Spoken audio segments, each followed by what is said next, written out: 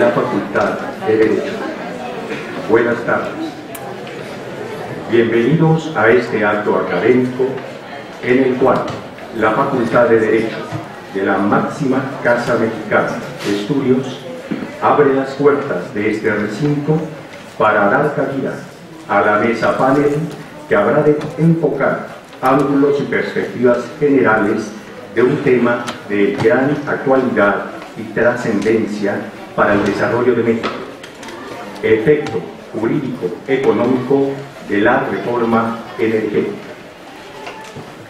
Todo ello como paso previo para la celebración de un convenio de colaboración académica entre nuestra Facultad de Derecho y la Academia Mexicana de Derecho Energético, para producir un programa de actualización jurídica que, a nivel de diplomatura y a cargo de ambas instituciones, se dirija no solo a esta comunidad, sino al público en general, y particular convocatoria a organismos tales como Petróleos Mexicanos, Comisión Federal de Electricidad, Comisión Nacional de Hidrocarburos, Comisión Reguladora de Energía, entre otros. Preside este acto, en representación de la directora de la Facultad de Derecho, doctora María León Castañeda Rivas, el licenciado Miguel Ángel Rafael Vázquez Robles, secretario general de la Facultad de Derecho.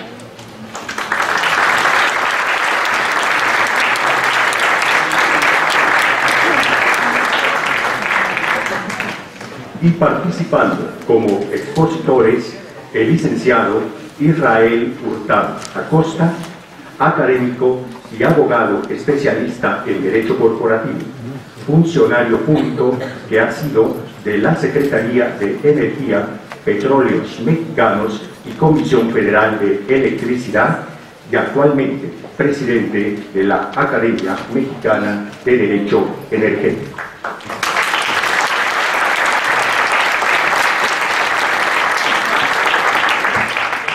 El licenciado Carlos de María Campos Segura, académico y abogado especialista en Derecho Corporativo y Energético, vinculado en lo profesional con el sector público y privado, que está directa y técnicamente relacionado con la materia energética en México. Actualmente, el licenciado de María Campos, que es así correctamente su apellido, es vicepresidente de la Academia Mexicana de Derecho Energético.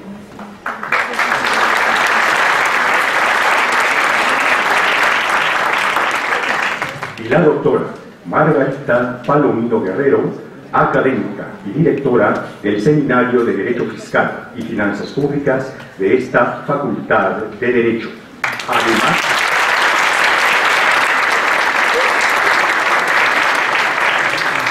Además de abogada consultora, es investigadora del Sistema Nacional de Investigadores.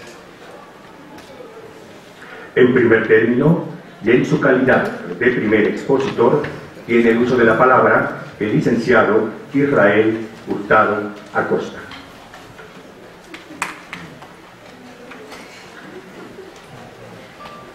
Gracias. Muy buenas tardes a todos. Muchas gracias por su asistencia, muchas gracias a las autoridades de la Facultad de Derecho y a las autoridades de la Universidad Autónoma de Nuevo León que nos permiten estar aquí, de Nuevo León, de la Universidad Nacional Autónoma de México. Me salió lo regio, perdón. Y acabo de estar por allá ayer. Nos da mucho gusto, la verdad, estar aquí con ustedes porque habíamos estado platicando y teniendo presentaciones sobre el tema de energía, del derecho energético y de la reforma energética recientemente aprobada, y no hemos tenido oportunidad de, como Academia Mexicana de Derecho Energético, estar aquí con ustedes, con la máxima casa de estudios de México.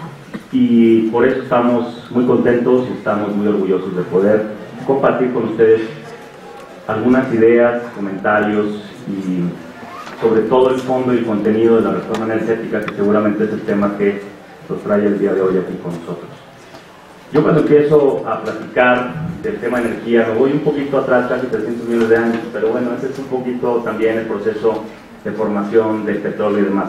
Va a ser muy rápido, de hecho Carlos de María siempre me dice que ya parezco ingeniero, una mezcla entre ingeniero y abogado, pero me gusta empezar así. Vamos a hacerlo también un poco rápido porque sabemos que no tenemos mucho tiempo, porque el tiempo es limitado, y nos gustaría más bien después entrar a la etapa de preguntas y respuestas, que siempre eso es más enriquecedor. Entonces, ya omitiendo los comentarios, quiero empezar rápidamente. Bueno, el petróleo es la formación del gas natural según el Departamento de Energía de los Estados Unidos, y me refiero a eso porque son los que han invertido más en exploración más bien en investigación de la formación del petróleo y el gas, y con estudios también de la Secretaría de Energía de aquí de México. Bueno, pues hace 340 millones de años las plantas y residuos de animales se fueron acumulando en el fondo del mar, con lo cual y sedimentos, también arena, y se empezó a generar una capa importante de estos residuos de arena, residuos de plantas y animales, y esto se fue generando en el fondo del mar, comprimiéndose y generando una gran presión a una temperatura muy muy alta. Eso es lo que se considera, de 50 a 100 millones de años atrás, eso es lo que se considera la formación del petróleo y del gas. También me gusta mencionar el dominio de las fuentes de energía en el mundo desde 1800. Como ustedes ven ahí, predominantemente se utilizaba madera para producir energía y carbón. Y hacia principios de 1900 empezó a utilizarse diversas fuentes de energía primaria. Por ejemplo, petróleo y gas natural, como ustedes lo ven, pues es lo que mayoritariamente produce la energía en el mundo, y algo de energía nuclear, y ahorita vamos a entrar un poquito más a eso también. Y el carbón y la madera han empezado, o más bien han tenido un decrecimiento en su uso, y además evidentemente hay una cuestión importante de contaminación en los hidrocarburos fósiles. Pero, como ustedes ven, entonces el petróleo y el gas natural han tomado una importancia fundamental en la producción de energía. Cuando uno analiza la geopolítica y se da cuenta de los graves problemas que hemos tenido entre naciones, y sobre todo en Arabia, Irak, Kuwait y demás, nos damos cuenta de, a veces cuando vemos este tipo de gráficas, el por qué. El petróleo está igualmente distribuido en el mundo. Casi el 50% de las reservas probadas de petróleo en el mundo se encuentran en el Medio Oriente, algo en Centro y Sudamérica, Norteamérica, Europa y Eurasia, sobre todo de gas natural, tienen grandes reservas, pero lo que es lo verde, que se ve por ahí, es prácticamente el 50% de las reservas probadas de gas y de petróleo. Las reservas de petróleo se clasifican en probadas, probables y posibles, pero las que sabemos con precisión que existen y que podemos medir, digamos, como si introdujéramos una varilla para medir aceite, perdónenme por la comparación, es eso, o sea, el 50% lo tiene el Medio Oriente. Y si nos vamos específicamente por país, tenemos que Arabia Saudita, en su relación reserva-producción en años, tiene reservas para 65 años, Irán para 95 años, Kuwait para 97 años, imagínense, casi 100 años de reservas probadas de petróleo, Emiratos Árabes Unidos 80, y bueno, pues aquí empiezan los problemas para nosotros. Nosotros tenemos nada más reservas probadas para 10 años.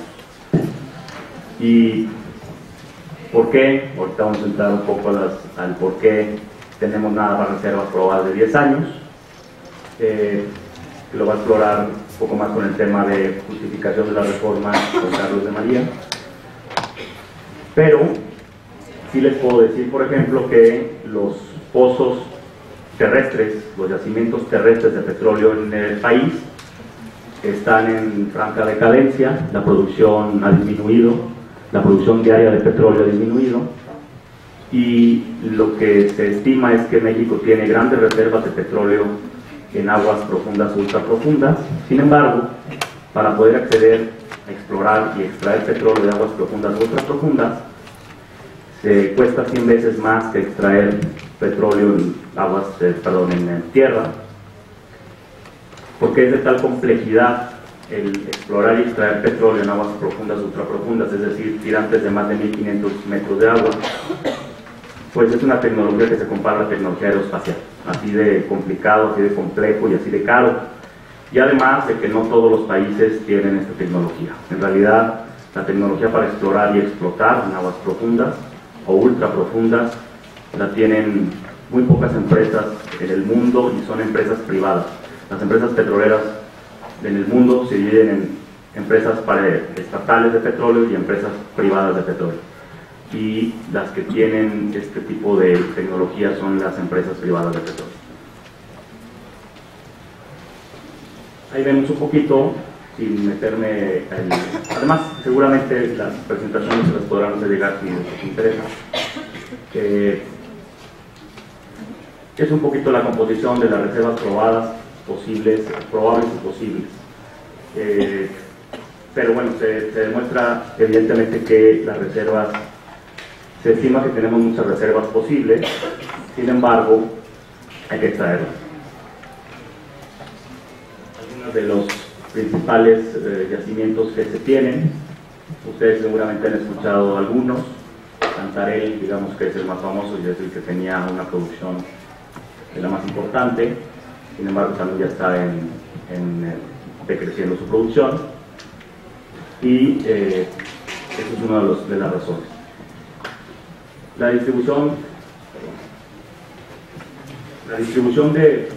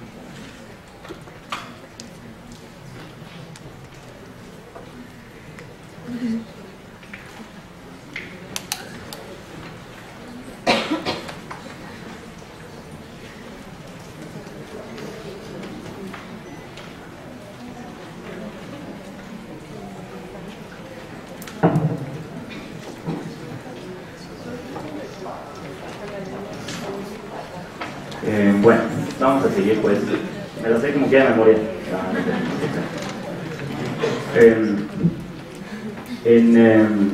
Las reservas, México produce energía eléctrica más o menos con el 50% de gas natural como fuente primaria de energía. De toda la electricidad que se consume en el país, que se produce y se consume en el país, el 50% se produce con gas natural. Pero resulta que nada más producimos el 50% de ese gas natural. Es decir, México tiene que importar el 50% del gas natural que necesita. Esa es otra de las razones en las cuales también tenemos un déficit importante. Más o menos se produce con carbón el 13% de la electricidad, con renovables se produce el 10%, considerándose energía eólica, poquito de fotovoltaica, geotérmica fundamentalmente, y nuclear 3%, que son los 2 reactores que tenemos en Laguna Verde. Se pensaba construir 2 reactores más, pero con el accidente de Japón decidió posponerse toda la inversión en el tema de energía nuclear. La energía nuclear es una energía, aunque suene raro, porque tiene muy mala fama la energía nuclear, por los accidentes que ha tenido a lo largo de la historia. Es una energía limpia, no es verde, pero es limpia. Y en algunos países en el mundo, como Francia, por ejemplo, tienen un desarrollo importante de energía nuclear y le apuestan mucho a la energía nuclear. Pero como les decía, pues es un problema que tiene muy mala fama, ¿no? Entonces, considerando que el 50% de la energía se produce con gas natural, una cantidad importante con combustóleo, con carbón todavía se produce pues energía eléctrica, 9% con renovable, 3% con nuclear. Todavía tenemos una dependencia para la producción de energía eléctrica de combustibles fósiles. Y como ustedes ven, tenemos 10 años de reservas probadas. Es por eso que llegamos a la... Ahora sí. Entonces me regreso un poquito de distribución de reservas probadas. El 73% es de crudo y el 27% de gas natural. Hay movimientos comerciales de petróleo a nivel mundial. También no sé si lo puedan ver muy bien, está muy chiquito, pero por ejemplo, entre México y Estados Unidos tenemos un intercambio ahí importante. Como ustedes saben, pues les vendemos crudo y ellos nos regresan gasolina. Tenemos el tema de que la refinería más rentable y más eficiente que tiene México se encuentra en Estados Unidos. Eso es algún dato terrible pues para los mexicanos, porque los impuestos se pagan en Estados Unidos, los empleos se generan en Estados Unidos y las inversiones se hacen en Estados Unidos. Pero la refinería más rentable y más eficiente que tiene México se encuentra en Estados Unidos, en Deer Park, Texas, y es una asociación de Pemex con Shell, una empresa privada. Allá sí se puede hacer lo que ahora se va a hacer aquí en México: asociarse con una empresa con tecnología eficiente, capital se puede invertir para poder refinar petróleo. México también es deficiente en el refinamiento del crudo que se produce en México. Nada más se refina el 50% del petróleo que se produce, o sea, de 2 barriles, 1 se refina en México. Y ahí tenemos lo que les decía hace ratito: generación bruta en el servicio público por fuente de energía utilizada, geotermia 2%, carbón 12%, uranio, que es nuclear, 3%, gas natural 50%, hidráulica 12%, combustóleo 18%. Tanto el combustóleo como el diésel, como el carbón, son altamente contaminantes. De hecho, los planes o la idea es incrementar el portafolio de energías renovables en la producción de energía para cumplir con compromisos internacionales que tiene el país, como lo tienen la mayoría de los países en el mundo, protocolo de Kioto u otros de cambio climático, para poder tener pues bueno, un medio ambiente mucho más sano, mucho más limpio. Ahora, esta es la primera parte. Usualmente aquí entra Carlos con el tema ya un poquito más de la reforma y después yo otro con los mecanismos del sector. Y ahorita vuelvo pues a este lugar. Muchas gracias.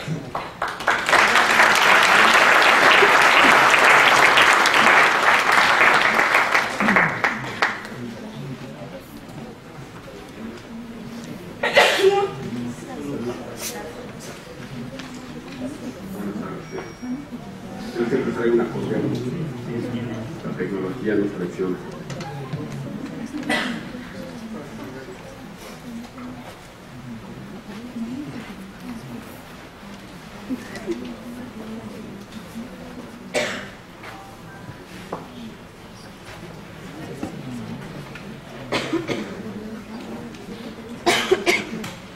Bueno, antes que nada, muchas gracias. Es verdaderamente un honor estar aquí con ustedes. Como decía Israel, habíamos visitado ya otros foros, otras universidades, otras academias. ¿No se oye? Un poquito más. A ver, ¿me dicen? ¿Así está mejor? Habíamos visitado otras escuelas, otras universidades, otros foros, otras academias, grupos empresariales, pero la verdad es que este es un templo y es un verdadero gusto y un honor estar aquí frente a ustedes. Les voy a platicar yo más la parte técnica, legal de la reforma energética. Es una reforma muy debatida, como ustedes saben, venimos discutiendo la participación de empresas privadas en el sector petrolero desde hace varias décadas.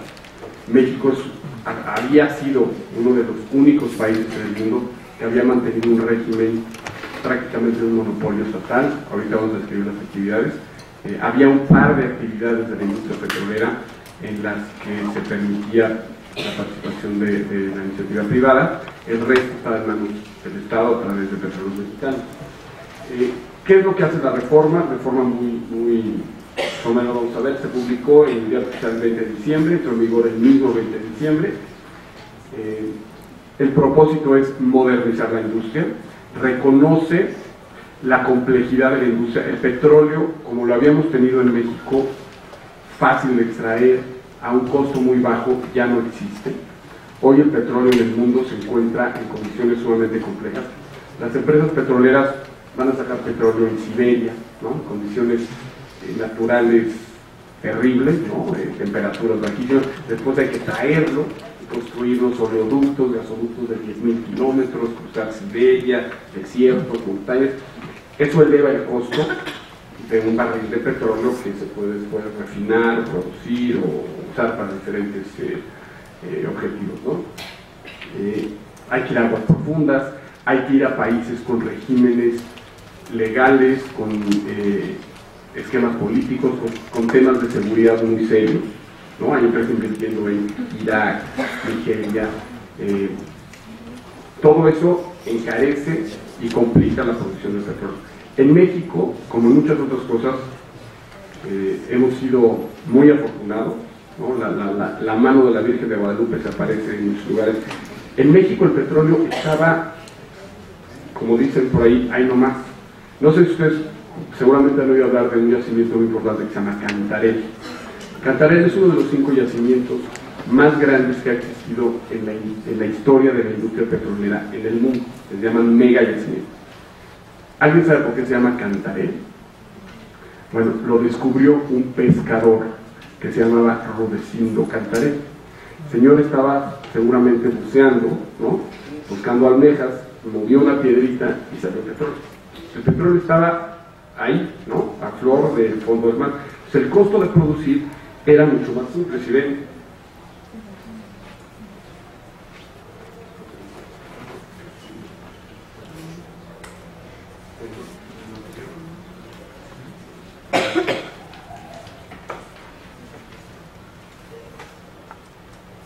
Si ven, ese tipo de plataformas, son plataformas que están montadas en el fondo del mar. Tiene una profundidad de 40, 50, 60, 80 metros, ¿no? Y la perforación pues, se hace prácticamente de forma inmediata. Entonces, el costo de montar una plataforma de ese tipo fija, con patas de 50, 60, 70, 80 metros, montar una estructura, es muchísimo más bajo que traer una plataforma flotante y conectarla a 1500 o 2000 metros de profundidad. En Israel es tecnología prácticamente espacial, ¿no? Entonces, bueno, el propósito de esta reforma es ayudarnos a que nuestra industria petrolera sea productiva, sea eficiente, tenga la tecnología, tenga el capital que permita al país gozar de los beneficios que le puede dar la industria petrolera. Si lo ponemos de otra forma, el petróleo no se come, el petróleo no nos cura, el petróleo no nos cuida de los delincuentes, el petróleo no nos educa, pero el petróleo se puede transformar en todo eso. Y debajo del fondo del mar no nos sirve para nada. Entonces, había que buscar un modelo que permitiera que la industria petrolera nos trajera todos esos beneficios. Obviamente, es un tema que se ha satanizado, ¿no? El concepto privatizar no lo oímos en ningún lado, jamás oímos un político utilizar la palabra privatización porque se se le pega, se le une a un tema de pérdida de soberanía, de entrega de nuestro patrimonio a los intereses malignos de la industria privada. Se ha politizado, se ha polemizado, se ha torcido, se le ha quitado su significado verdadero y hemos entrado en un debate por décadas fuera de lo que debíamos haber debatido, que es cómo maximizar los beneficios de una industria que es poderosísima, que es riquísima, que nos puede dar grandes aportaciones al país, cómo podemos hacerlo de la forma más eficiente y más segura para todos. La reforma tiene dos grandes rubros, uno es en materia de hidrocarburos, que tiene cambios grandísimos, es un vuelco de 180 grados a la regulación anterior, y hay cambios también en materia de energía eléctrica que son menores. La industria eléctrica en México ya no estaba exclusivamente en manos del Estado mexicano, ya existían figuras que permitían la participación de inversionistas privados que ponen el dinero, toman los riesgos de operación, toman los riesgos de construcción y se obligan simplemente a entregar la energía eléctrica. El gobierno del Estado mexicano ya había venido haciendo uso de estos mecanismos desde hace más de 15 años, ¿no? Entonces la reforma únicamente, digamos, pule la regulación, pero en materia de hidrocarburos tenemos un cambio dramático, ¿no? Estas reformas, como mencioné hace un rato, se han venido dando en otros países, en todo el mundo. México era uno de los países que seguía adoptando el modelo de monopolio estatal. En países parecidos al nuestro, Colombia, Brasil, se ha dado con resultados muy positivos. Hoy vemos a las empresas estatales locales como Petrobras en Brasil, como Ecopetrol en Colombia, con rendimientos mucho mayores, con niveles de producción mayores. En algunos países, por ejemplo en Colombia, se hizo una oferta pública para ser inversionistas de la empresa y se le dio una vuelta, digamos, una ronda de preferencia a los colombianos. Entonces los colombianos podrían adquirir participaciones en la empresa. Se han venido utilizando varios modelos, pero el resultado ha sido muy positivo en países muy similares.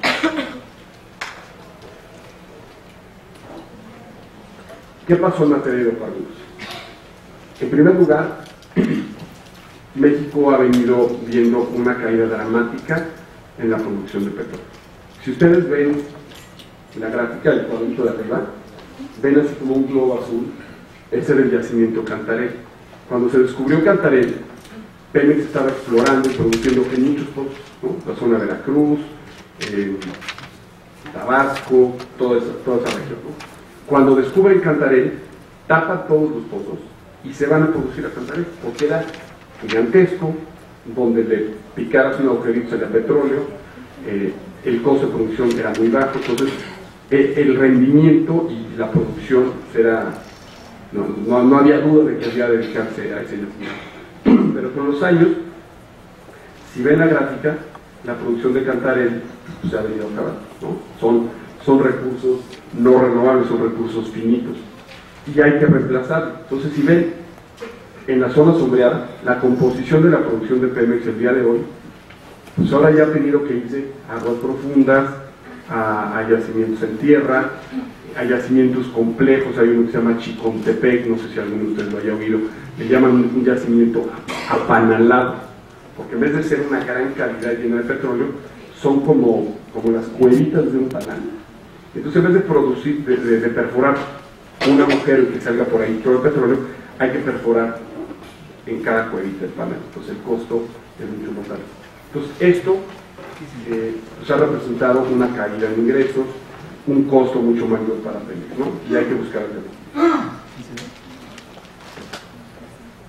Pemex ha incrementado su inversión para seguir produciendo, pero el resultado, si ven la línea roja allá en la grafiquita, no ha incrementado la producción. ¿Por qué? Porque no es nada más cuestión de invertir dinero.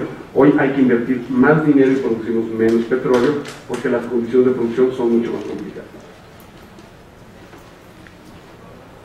En cuanto al gas natural, que es el principal combustible para la generación de electricidad del país, sin el cual no tendríamos economía, no tendríamos aeropuertos, hospitales, escuelas, televisión, etc.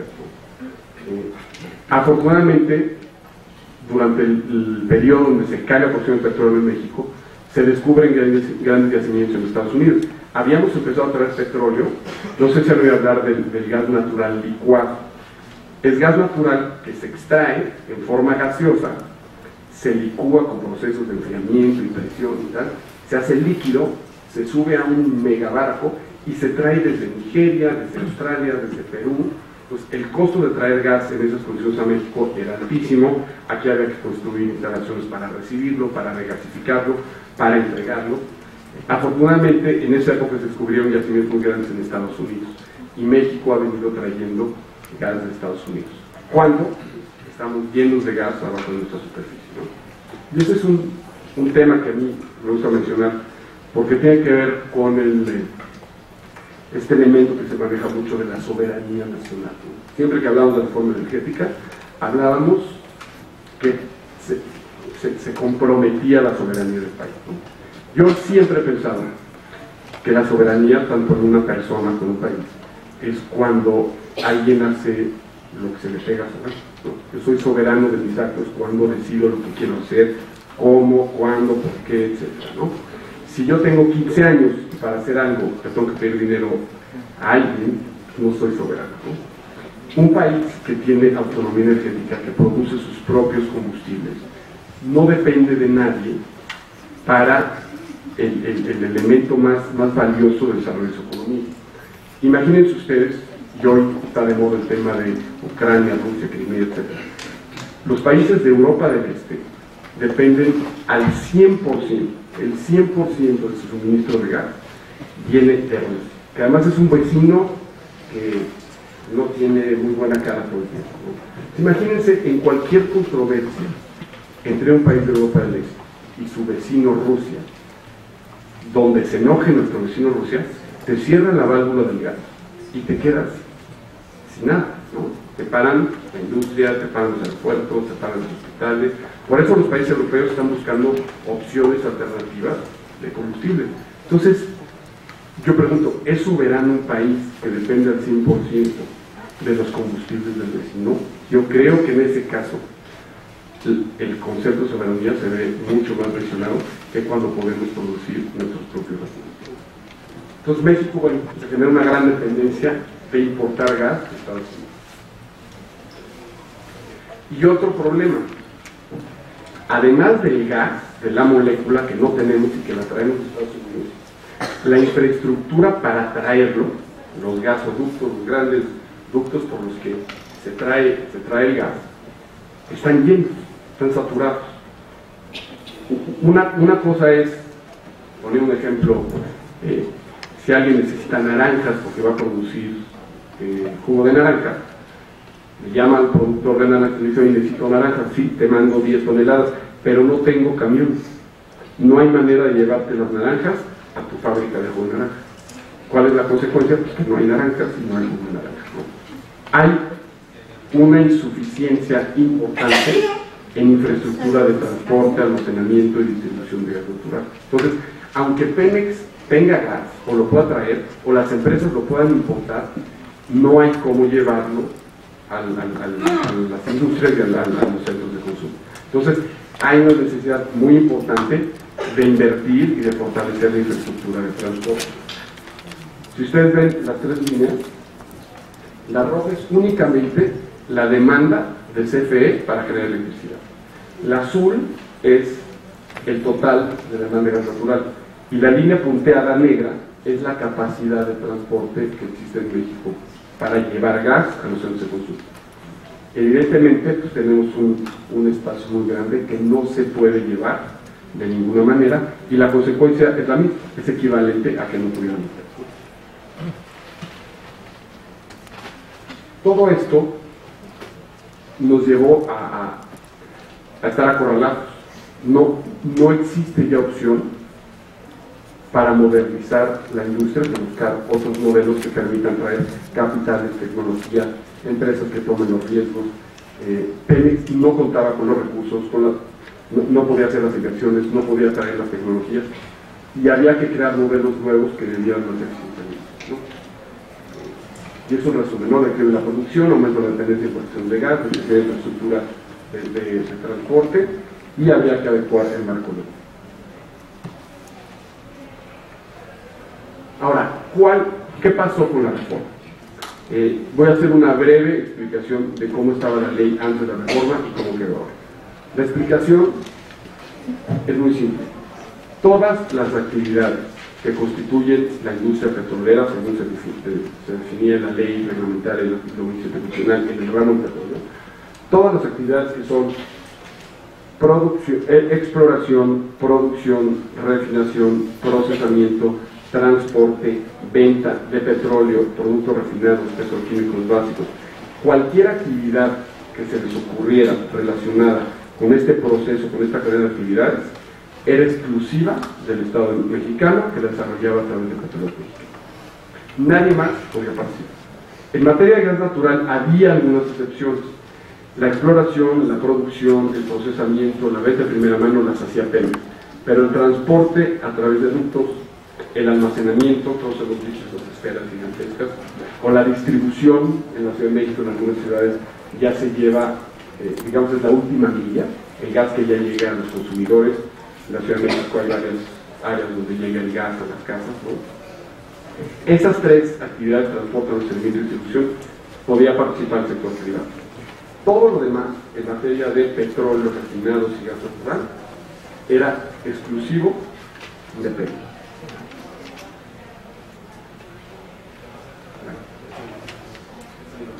¿Cuál es el efecto de la reforma? Es muy simple. Todas esas actividades, con la reforma, quedan abiertas para que las desarrolle Pemex o que las desarrolle cualquier inversionista privado. Entonces, es un cambio absoluto, ¿no? Lo que era una industria cerrada, hoy es una industria 100% abierta.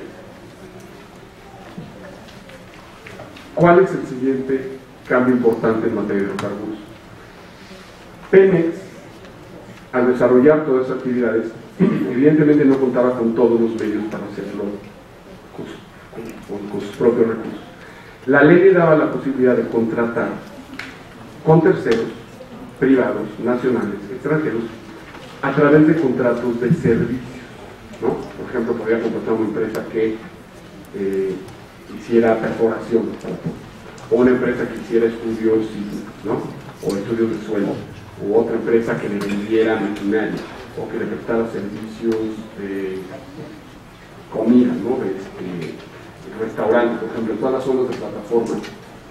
Cuando uno llega ahí, bueno, te imaginas que el negocio petrolero de producción es muy importante, pero hay que pensar también quién hace de comer, quién recoge la basura, quién lava la ropa, hay negocios de transporte. Todos esos servicios se podían contratar con terceros.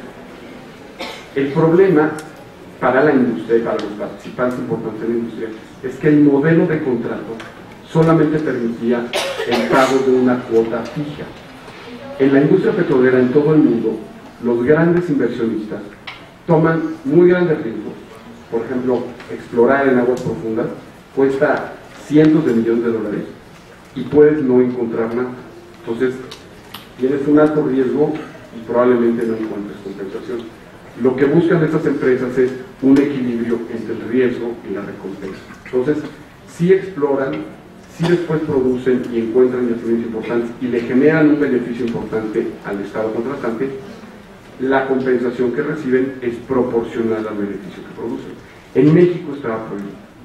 En otros países se paga un porcentaje de la producción en efectivo, inclusive se paga en especie, entregándoles el petróleo. En México expresamente estaba prohibido que la compensación tuviera cualquier relación o cualquier proporción con la renta petrolera o con la producción petrolera.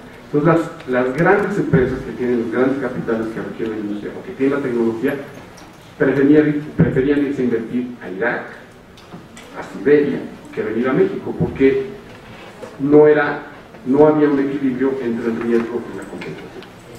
El segundo gran elemento que tiene la reforma es que se adoptan los modelos de contratación que se utilizan en la industria en todo el mundo, que son cuáles. Bueno, este es el modelo de contratos de servicios. La convención tenía que ser en efectivo, estaba prohibido pagar en especie. No había relación de producción a producción y la propiedad de los hidrocarburos siempre iba a ser.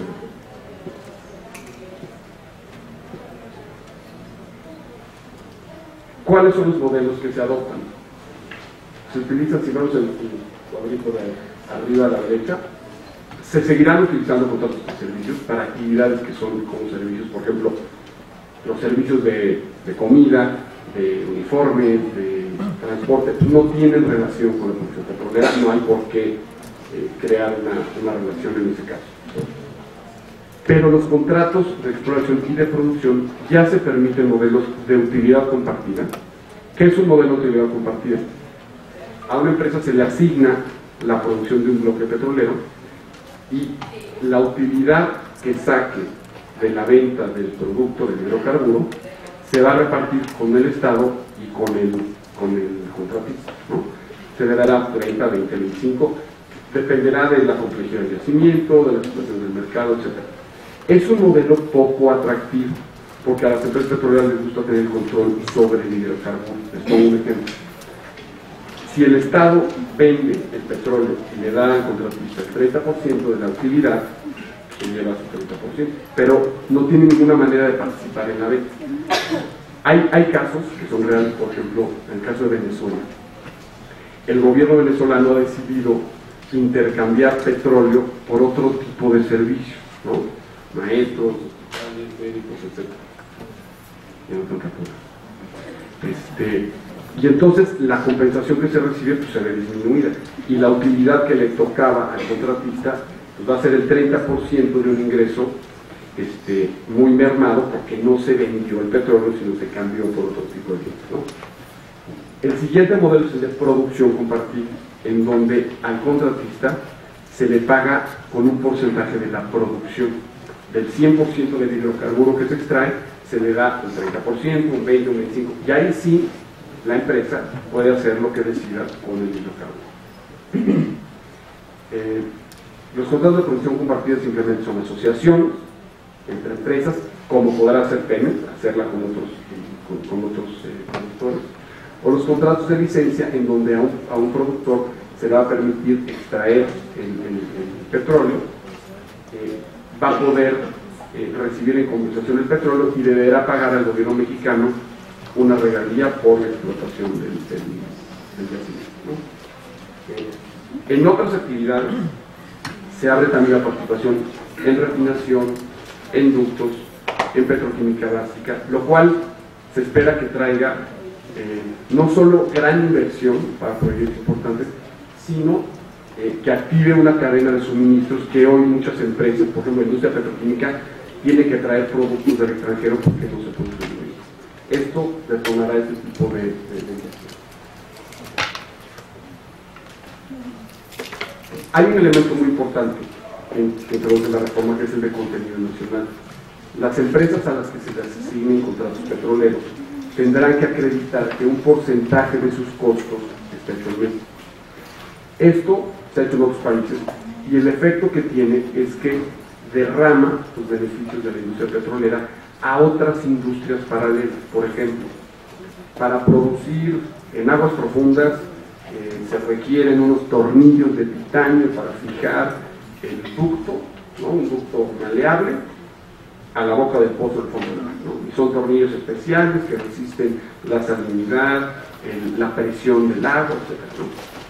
Esos productos, esos tornillos, pues hoy los adquieren en China, en Alemania, en otros países.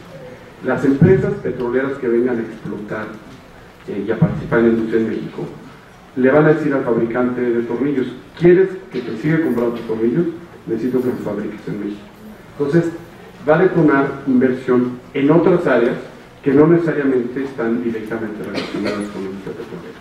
Esto pasa en muchos países y la cantidad de servicios y de bienes es lo que nos pasa por la cabeza, nos quedaríamos ¿no? Tenemos desde ductos, grúas, máquinas, plataformas, aviones, submarinos, equipos, trajes de buzos, etcétera, etcétera, etcétera. Todo eso sirve para acreditar el costo de contenido nacional. Entonces, la expectativa es que si esto se maneja bien, detone además inversiones en otras zonas.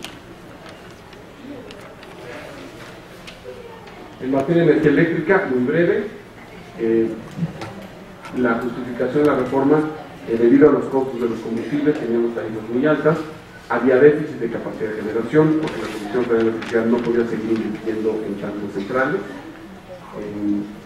Había una necesidad de ir modernizando la base de generación para combinarla con más energías limpias, y bueno, estábamos en una especie de mercado, ¿no? La reforma hoy reconoce antes de la reforma, las actividades de generación, conducción, transformación, distribución y abastecimiento eran exclusivas del Estado, con algunas pequeñas excepciones que ya se venían utilizando. La reforma lo que hace es permitir la generación para cualquier persona, privados por la Comisión Federal de Electricidad, que lo seguirá haciendo, y toda la red de distribución y de transmisión del país seguirá siendo propiedad y siendo operada por la Comisión Federal. Entonces, este es un resumen de un gran cambio legislativo, sobre todo en materia de hidrocarburos, que esperemos lo hagamos bien, ¿no? Sabemos que hay muchos cuestionamientos, hay un escándalo con esta empresa de oceanografía en temas de corrupción. Yo creo que el tema de corrupción no es exclusivo de una industria, lo vemos en todos lados, ¿no? Es más un tema cultural que se tendrá que regular bien, pero no es exclusivo de la industria petrolera, lo hemos visto en CFE, en Hacienda, en el industria de Infonavit, en todos lados, ¿no? Entonces, yo creo que debemos separar los temas y tratar de hacer que esta reforma rinda sus frutos, ¿no? Estamos ahorita, y si al rato tienen preguntas, con mucho gusto nos contestamos. Gracias.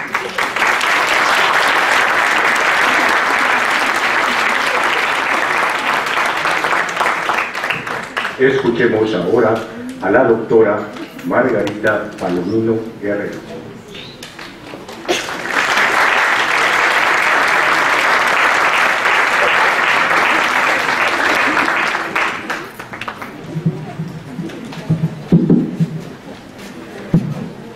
Estimados miembros del Presidium, licenciado Hurtado, licenciado Campos, ambos miembros de la Academia Mexicana de Derecho Energético, al estimado maestro Miguel Ángel Vázquez Robles, en su carácter de representante personal de nuestra directora, estimados maestros y compañeros que nos hacen el favor de acompañarnos.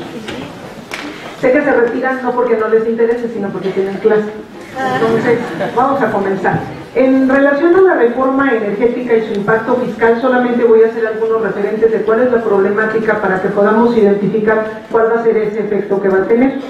Entonces, miren, debemos de partir de establecer que de 3.3 millones de barriles ha bajado a 2.5 millones de barriles diarios. Es decir, hay un problema en relación a la producción. La producción que nosotros requerimos, es decir, para satisfacer las necesidades internas, estamos hablando que es indispensable hacer una importación del 33% de lo que consume el país. Entonces la pregunta sería, pues hagámosla. El precio que nos cuesta traer ese producto es entre 15 y 16 dólares, porque lo traemos de Asia. Si nosotros lo trajéramos de Estados Unidos, el costo sería de 3.5 dólares. La pregunta es, entonces, ¿por qué compramos tan caro pudiéndolo tener más barato? Y el problema es que no tenemos infraestructura, no hay ductos, ni tampoco tenemos la posibilidad de tecnología. Entonces, eso quiere decir que estamos pagando entre 10 y 11 dólares más del precio que pudiéramos obtener. Ese es el primer problema, no tenemos infraestructura ni tecnología. Esto es lo que orilla a generar una nueva opción o nuevas vertientes con el esquema de Pemex. ¿Y cuál es esa nueva vertiente? Los contratos de riesgo. Es decir, vamos juntos, iniciativa privada, pero en México no hay ninguna empresa que tenga la capacidad como para invertir esa cantidad y con esa tecnología. Entonces se buscan socios extranjeros, como puede ser Saudi de Arabia Saudita, como puede ser Copetrol de Bolivia o Statoil de Noruega, de Reino Unido British Petroleum. Entonces, con ellos nos vamos a unir. Estamos hablando de que ya son 2 estados, 2 países. El costo de la producción de barril de petróleo a nosotros nos cuesta 20 pesos. Lo que les acabo de comentar, recuerden que es del gas. En relación a la producción del petróleo, explorarlo, producirlo y trasladarlo cuesta 20 dólares, costo directo real. Sin embargo, el precio del mercado es a $100, lo cual representa que sí tenemos ganancia, sí nos representa ganancia. ¿Cuánto? $80. Pues entonces hay una ventaja. La pregunta es, si hay tanto margen de ganancia, entonces ¿qué es lo que está sucediendo? Que nos señalan que Pemex está con problemas, inclusive ya con números rojos. ¿Qué nos frena entonces? Que no tenemos infraestructura y que nuestra legislación no nos lo permite. Entonces, por eso fue necesario que se modificara. Me voy a saltar varias de las presentaciones, por supuesto queda a disposición de ustedes para quien les interese. Y entonces la solución que se identifica es, vámonos por los contratos de riesgo. Entonces, derivado de la reforma constitucional al artículo 27, párrafo séptimo, fíjense que derivado de esa reforma se contemplan los artículos transitorios, específicamente en el transitorio sexto, que será la Secretaría de Energía la que tendrá competencia para saber qué es lo que en la postura de Pemex le interesa para que algunas áreas sean exclusivamente asignadas a Pemex para su explotación y algunas otras a futuro. Es decir, lo que tenemos seguro, lo que ya sabemos que da dinero y produce, pues que se le queden a Pemex. Entonces la pregunta que le hacen a Pemex, ¿cuál es que parece que te debes de quedar? Pero sin embargo hay zonas que a futuro pueden producir, ¿cuáles son las que interesan? Pero en esas no te voy a permitir que vayas solo. ¿Por qué? Porque cuesta muy caro y porque requerimos de tecnología. En esas queremos que vayas acompañado con este tipo de empresas que acabamos de comentar. ¿Cómo vas a hacerlo? ¿Con una alianza comercial? ¿Vas a fusionar? ¿Qué vas? ¿Una sociedad? ¿Qué vas a hacer? Y entonces la figura que surge son precisamente los contratos de riesgo. Nada más que hay un problema. Dentro de lo que se especifica en el artículo transitorio de la reforma en materia constitucional al artículo 27, mientras de que en otros países este proceso para decidir con cuáles me quedo y cuáles decido que vayamos en alianza, ha tardado en promedio de 2 a 3 años. En el caso de México, se dieron 90 días para que Pemex decidiera con cuáles se va a quedar y cuáles considera que va a futuro porque hay posibilidades de rendimientos. Y la Secretaría de Energía tiene 180 días para resolverlo. Esto quiere decir que en 6 meses lo tenemos que hacer. La pregunta es, con los altos riesgos que tiene, con el nivel técnico que implica hacer el análisis, ¿en 6 meses lo podemos tener? Y la respuesta es sí, claro, nada más que la pregunta sería, ¿de qué calidad y bajo qué condición? Y la otra cuestión importante, Pemex es el especialista, el conocedor.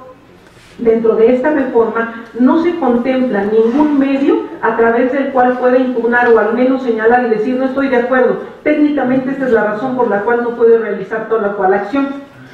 Entonces, evidentemente lo deja en un estado de indefensión total. La pregunta sería, ¿y esto qué impacto tiene? Vamos a ver el impacto que tiene. Lo que es real es que los beneficios que se van a tener efectivamente, como ya lo han señalado los compañeros del panel, sí va a haber otras fuentes de ingresos, sí va a haber otras empresas, nada más que fíjense que aquí hay un detalle. Se reforma la ley, o bueno, tenemos una nueva ley del impuesto sobre la renta, y entonces en el artículo 4, segundo párrafo de esta disposición, se contempla que bajo protesta de decir verdad, una persona, sea persona moral o persona física, que está invirtiendo en el país, pero que tiene establecimiento permanente en otro país, es decir, que tiene sus oficinas, su sede en otro país, puede, a través de un documento, una carta, bajo protesta de decir verdad, señalarle al fisco mexicano, oye, hay múltiple tributación, hay doble tributación, aquí me están cobrando más impuestos de los que me cobran en mi país. Y te traigo las constancias de que efectivamente ya se pagó o se va a pagar de tal manera o tengo un beneficio, un estímulo fiscal en mi país. Y con eso es más que suficiente para que México le diga, bueno, en el marco de los tratados para evitar la doble tributación, está bien, no lo pagues aquí, págalo en tu país. Y la carga impositiva que se establece a nivel del marco de los tratados internacionales es menor que la que tenemos en México. ¿Esto qué quiere decir? Si vamos en alianza, la empresa mexicana entendida por Pemex va a tener que pagar los impuestos que se señalan en México. La empresa que está en el extranjero va a pagar los impuestos que se señalan en su país, que son más bajos, invocando el tratado internacional. ¿Esto qué implica? Esto implica un desequilibrio. El monto de ingresos que vamos a tener, la carga superior va a ser para Pemex. Si estamos hablando que vamos a tener un margen de ganancia, esto se va a reducir. La pregunta es, bueno, pero ¿de cuánto estamos hablando del pago de impuestos? Porque quizás no es mucho y realmente no nos va a impactar. ¿Por qué es necesario invertir tanto dinero y por qué entonces no lo hacemos mejor nosotros solos? Porque fíjense que para poder obtener o lograr la exploración y la explotación de ese petróleo, ya no lo tenemos a flor de tierra, sino ahora, como lo han señalado, hay que hacer excavaciones, hay que hacer perforaciones. ¿De cuánto? Un promedio de 1.500 metros de profundidad. ¿Y por qué? Porque fíjense que a esa profundidad hay una especie como de capa de piedra que sella, que se llaman lititas. Cuando ustedes logran perforar esa capita, que es la que sella, que es la litita, lo que van a encontrar es como aquel campesino o pescador cantarel, nada más le van a oprimir y automáticamente sale el petróleo. Sí, nada más que hay que pasar 1.500 metros y aparte tener tecnología para que pueda perforar esta capa. Lográndolo, no tenemos ningún problema, va a estar el petróleo. Sí, nada más que para eso se necesita inversión y se necesita tecnología. Por eso tenemos que hacer alianzas. Y en la imagen que les estoy poniendo es precisamente la perforación que se tiene que hacer hasta llegar a esta capa gruesa, que son las famosas lititas, y de ahí lo vamos a obtener. Vamos a obtener gas y vamos a obtener petróleo. Y entonces, fíjense ustedes que la pregunta sería, bueno, pues si ya está todo resuelto, ¿cuál es la preocupación? ¿En qué nos afecta esto? La afectación que tenemos es que al día de hoy no se ha hecho ninguna modificación en el esquema regulatorio en materia tributaria. ¿Qué disposiciones se tendrían que modificar para que esto fuera congruente? De nada nos sirve que haya producción en la empresa que gane mucho si el esquema fiscal que sigue operando es obsoleto.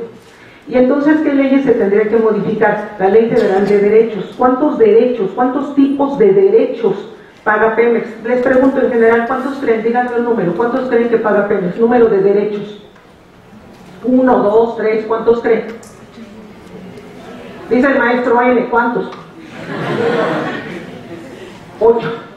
¿Cuánto representa? 80% de las ganancias de Pemex. ¿Y nuestra empresa aliada lo va a pagar? No. Entonces la carga fiscal se nos queda a nosotros. Por supuesto que va a incidir. ¿De dónde obtiene el Estado mexicano recursos? A través de su política fiscal. ¿Cuál? Pues de lo que recauda, a través de las diferentes contribuciones, derechos, impuestos, contribuciones de mejora. Entonces eso quiere decir que ya llevamos aquí una deslealtad, mientras de que unos están pagando muchos impuestos, los otros, invocando los tratados internacionales, van a pagar menos. Y no lo van a pagar aquí, efectivamente, la derrama económica se va a ir al otro país. Y la otra cuestión sería, la Ley Federal de Presupuesto y Responsabilidad Hacendaria y la Ley de Coordinación Fiscal también se tiene que modificar. La pregunta sería, seguramente ya hay alguna iniciativa, no hay nada al respecto. No tenemos todavía ley reglamentaria en materia energética, menos aún en materia tributaria. Pero estamos muy acelerados en los términos para que se eche a andar, nada más que el problema va a ser que cuando lo echemos a andar, pues va a operar ¿con qué? Con la legislación que tenemos en este momento. Ah, no, porque reformamos la ley y luego se las aplicamos, y donde dejamos el principio de no retroactividad de la disposición. Entonces no lo vamos a poder hacer. A lo mejor para el 2015, y eso a lo mejor. Entonces, y mientras el pago de los impuestos se va a tener que hacer. ¿Y el tratado ya se puede invocar? Claro que sí, porque además la ley del impuesto sobre la renta ya está vigente. Y fíjense una cosa, ni siquiera se van a tener que ir a amparos ni a juicios a que invoquen la disposición. ¿Por qué? Porque ya está en la ley. Es obligación de la autoridad dar cumplimiento fin al principio de legalidad. Y entonces, pues entonces vamos a pasar, o vamos a ver pasar, cómo pasan los recursos y los beneficios. Entonces, ¿es grave? Me parece que sí. El derecho de hidrocarburos, estos son todos los hidrocarburos que se tienen que pagar. Y habrá alguien que me diga, no, eso era antes, es ley vigente, ley de ingresos, esos son todos los derechos que tiene que pagar Pemex. Tiene que pagar derecho ordinario sobre hidrocarburos, tiene que pagar para la investigación científica. La pregunta es, ¿y cómo vamos en investigación científica? Pues todavía no la encontramos, pero hay que pagar derechos. Derechos para la fiscalización petrolera, derechos sobre la extracción de hidrocarburos, derecho para regular y supervisar la exploración y explotación de hidrocarburos. Nada más que hay un problema, este derecho no se va a poder hacer efectivo porque corren a cargo de las empresas multinacionales dentro de los contratos de riesgo esta responsabilidad. Y se contempla que dentro de esos contratos les demos plena libertad para que puedan implementar sus medidas y tecnología. Entonces, ¿cómo vamos a ir a supervisar algo que ni siquiera sabemos cómo? Esa es la pregunta. En este esquema, hablando de macroeconomía, estamos hablando de la política económica, de la microeconomía, la economía política, las finanzas de cada uno de nosotros, cuánto traemos en la bolsa. Nosotros tenemos que pagar impuestos directos o indirectos, y entonces alguien me podrá decir, se te está olvidando que se va a tener que pagar el impuesto al valor agregado y el impuesto especial sobre producción y servicios. Y fíjense que no lo va a pagar Pemex, lo vamos a pagar cada uno de nosotros, porque al ser un impuesto indirecto se dice que el obligado, el sujeto que está obligado en ley a pagarlo es Pemex, pero eso no es cierto. Yo les pregunto, cuando van a la tienda, ¿realmente el dueño de la tienda, cuando les vende un producto, paga el impuesto o lo pagan ustedes que consumen? Exacto, lo mismo va a suceder. Entonces no lo paga Pemex, lo pagamos los consumidores, tanto el impuesto especial sobre producción y servicios como el IVA. Y entonces, ¿quiénes son los que vamos a soportar esa carga? Nosotros, porque somos mexicanos, porque estamos aquí, porque lo consumimos aquí y porque no vamos a poder invocar el tratado internacional, a menos que alguien tenga un establecimiento permanente o una empresa en el extranjero. Pero procuren que cuando la tengan en el extranjero sea con un país con el que tenemos tratado para evitar la doble tributación, porque si no, no les va a aplicar. Entonces, tómenlo en consideración.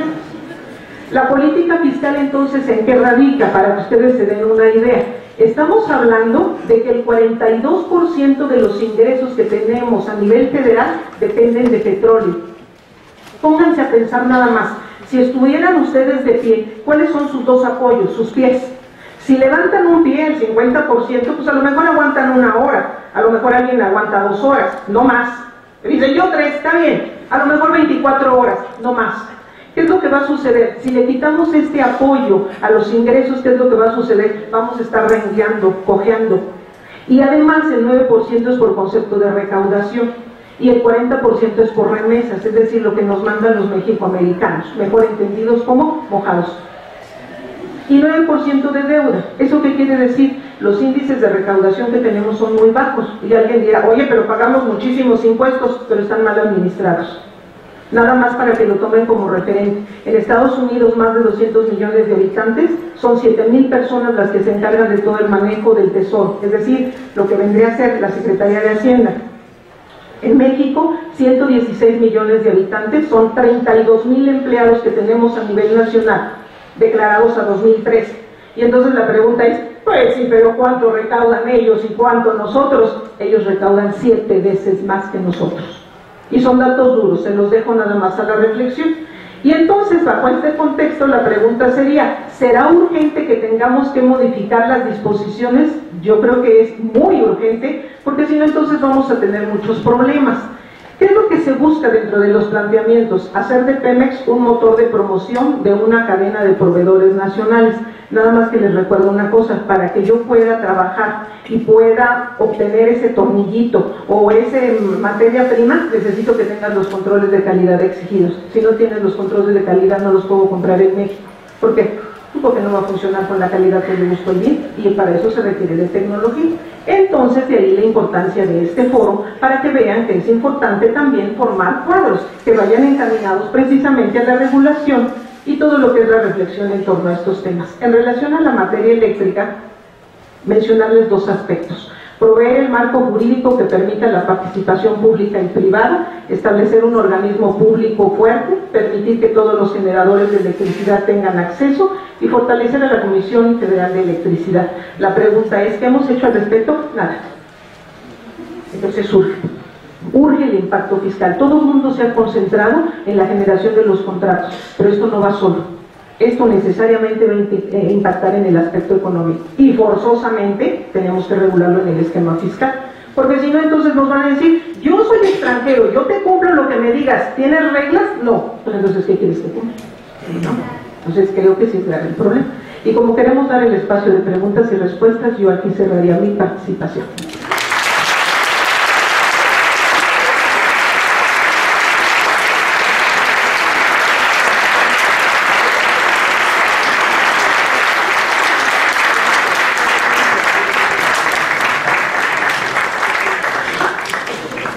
A continuación, palabras a cargo del secretario general, licenciado Miguel Ángel Rafael Vázquez Robles.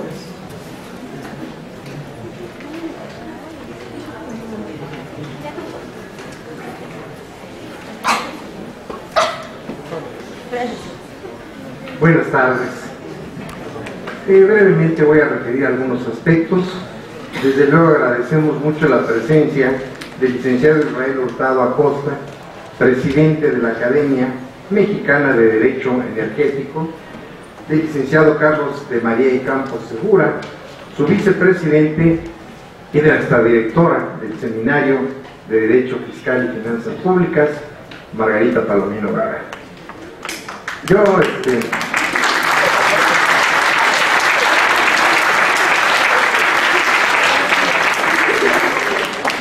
lamento profundamente no tener más tiempo para hacer preguntas a nuestros ponentes, en virtud de la hora en que algunos de ustedes tienen clases, pero fíjense ustedes qué importante es esto. Se nos presenta un panorama de un cambio. Dicen que lo más difícil es cambiar, efectivamente, renovarse, pero ¿cuál es la consecuencia? La maestra Palomino, como yo, somos fiscalistas, y cualquier reforma siempre pensamos cuál va a ser el impacto. Aquí, desde luego, uno de los aspectos publicitarios que se ha manejado es que no va a haber cambios en lo que resta del sexenio en materia fiscal. Entonces, aquí yo le preguntaría a la doctora Palomino, ¿y qué va a pasar? Porque si Pemex arranca y hay cambios, ya México está incumpliendo. Una problemática muy especial. Por otro lado, yo soy de la idea de que hay cosas que aparentemente no pueden suceder. La transformación de la explotación de los energéticos en México era necesaria e indispensable. Desde luego falta una regulación total, pero sí en materia de impuestos es sumamente importante. Ahorita recordé yo, se habla de que cuesta producir un barril de petróleo $20, así lo dijo la doctora Palomino Guerrero. Sin embargo, ustedes están muy jóvenes, no lo vivieron, pero hubo una época en que en México el petróleo tenía un valor de $20, y hubo una época en que cayó el valor del petróleo a $9. Esto fue por condiciones específicas, que fue un declive muy especial en la economía que muchos de ustedes no vivieron. Pero a lo que concluyo, México no puede cifrar su economía y su estabilidad solo a un solo concepto, apenas. Ya lo dijo Margarita, estar parado en un pie tiene una consecuencia, tenemos que buscar apoyo de otro tipo. Y el apoyo de otro tipo son los impuestos. Y la gran problemática nacional e internacional es que las empresas, mediante la aplicación de los tratados para evitar la doble tributación y la celebración de contratos que lícitos, están omitiendo el pago del impuesto.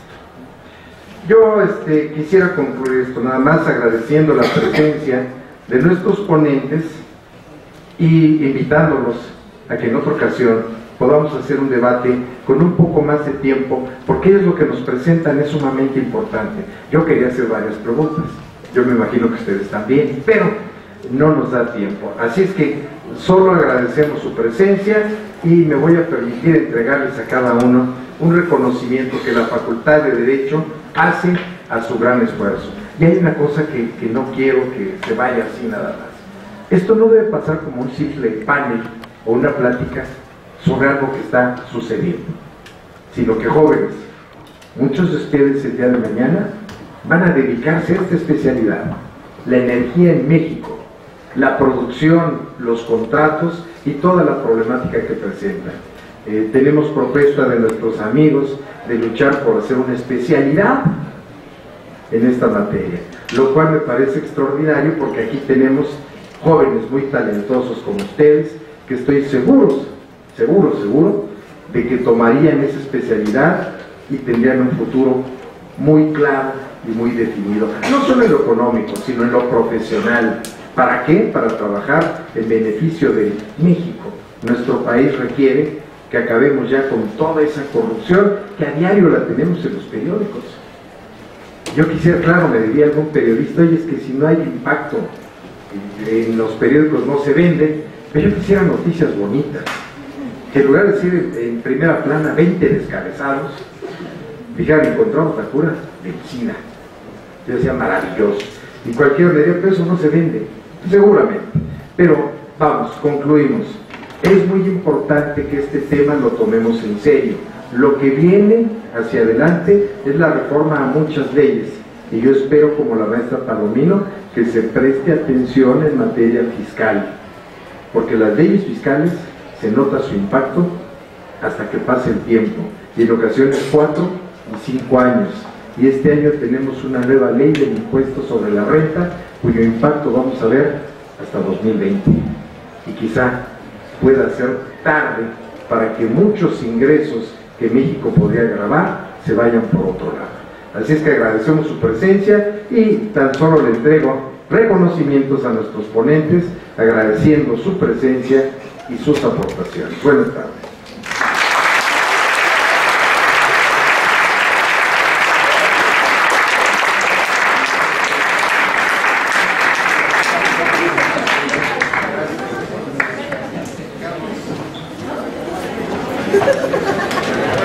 La Facultad de Derecho agradece al licenciado Hurtado, al licenciado de María y Campos y a la doctora Palomino su participación y a todos ustedes su amable asistencia. Muchas gracias.